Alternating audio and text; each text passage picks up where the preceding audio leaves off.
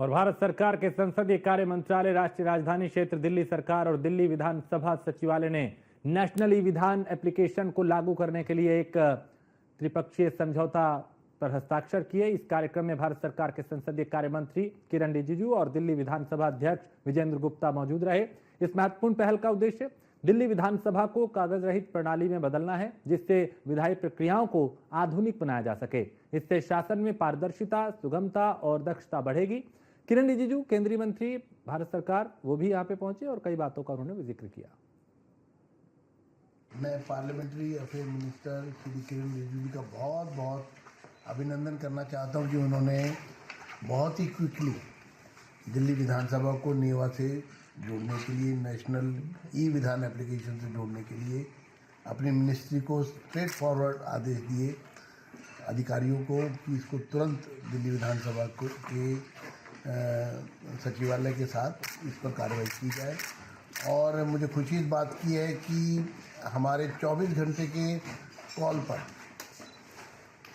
जो अधिकारी हैं पार्लियामेंट्री अफेयर मिनिस्ट्री के, वो दिल्ली विधानसभा पहुँचे और 24 आवर्स के अंदर अंदर एक हमारी पहली मीटिंग हुई जिसमें हमारी तमाम रोड मैप डिसाइड हो गया और आज MOU साइन हो रहा है। और 100 डेज का जो टारगेट हमने रखा था प्रधानमंत्री जी के आह्वान पर, मैं कहता हूं कि देश की तमाम पार्लियामेंट जो है, असेंबलीज जो हैं, वो नीवा के साथ जुड़ रही हैं। आम आदमी पार्टी ने दिल्ली सरकार की तरफ से महिलाओं को अब तक महिला सम्मान योजना का लाभ न दिए जाने पर विरोध प्रदर्शन किया, जिसके पलटवार में पश्चिमी दिल्ली से सांसद कमलजीत सहरावत ने कहा कि आतिशी को महिला सम्मान योजना पे सवाल पूछते वक्त ये सोचना चाहिए कि आम आदमी पार्टी ने 10 साल में कभी क्यों महिलाओं को सम्मान नहीं दिया। आम आदमी पार्टी लगातार 2500 रुपये को लेकर भारतीय जनता पार्टी की सरकार को घेर रही है। हमारे साथ बात करने के लिए कमलजीत सहरावत है। मैम, लगातार जो है आम आदमी पार्टी जो है घेर रही है और आज तो बैंक ऑफ जुमला के चेक लेकर जो है वो आतिशी ने महिलाओं को दिया है। किस तरह से देख रहे हैं? आतिशी जी की पार्टी 10 साल दिल्ली में रही। आज जिस महिला सम्मान राशि की वो बात कर रहे हैं, उसके ऊपर दिल्ली की वर्तमान मुख्यमंत्री श्रीमती रेखा गुप्ता जी और दिल्ली की कैबिनेट ने बजट प्रोविजन भी 5000 करोड़ से ज़्यादा का कर दिया। पॉलिसी के मोड ऑफ अप्रेंटिस SOP बनाने के लिए भी एक कमेटी बना दी गई जिस पर काम हो रहा है और जल्दी ये पूरी कमेटी की रिपोर्ट आने के बाद इस पॉलिसी को लागू किया जाएगा।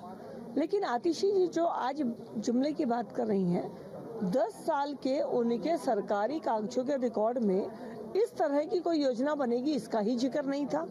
तो आज आतिशी जो बात कर रही हैं, उन्हें सवाल उठाते वक्त शर्म आनी चाहिए। पिछले 10 साल में जो उन्होंने दिल्ली की जनता को धोखे दिए हैं, जो दिल्ली की जनता राशन कार्ड के लिए, बुजुर्गों की पेंशन के लिए, गली नाली सड़क के विकास के लिए, पानी के लिए तरस गई, आप तो उसके जिम्मेवार हैं। तो बहनों की चिंता प्रधानमंत्री श्री नरेंद्र मोदी जी की योजनाओं के तहत दिल्ली की भाजपा की सरकार कर लेगी। आपने जो घोटाले किए हैं, आप तो उसका हिसाब दीजिए। कल दिल्ली सरकार की तरफ से दर्द भी दिखाया। उन्होंने कहा है कि जो अधिकारियों को डांटा जा रहा है, गालियां दी जा रही हैं, ये गलत है। ये वही अधिकारी हैं जिन्होंने विपरीत परिस्थिति में दिल्ली का साथ दिया था और आज उस पर ऐसा व्यवहार जो है वो ठीक नहीं है।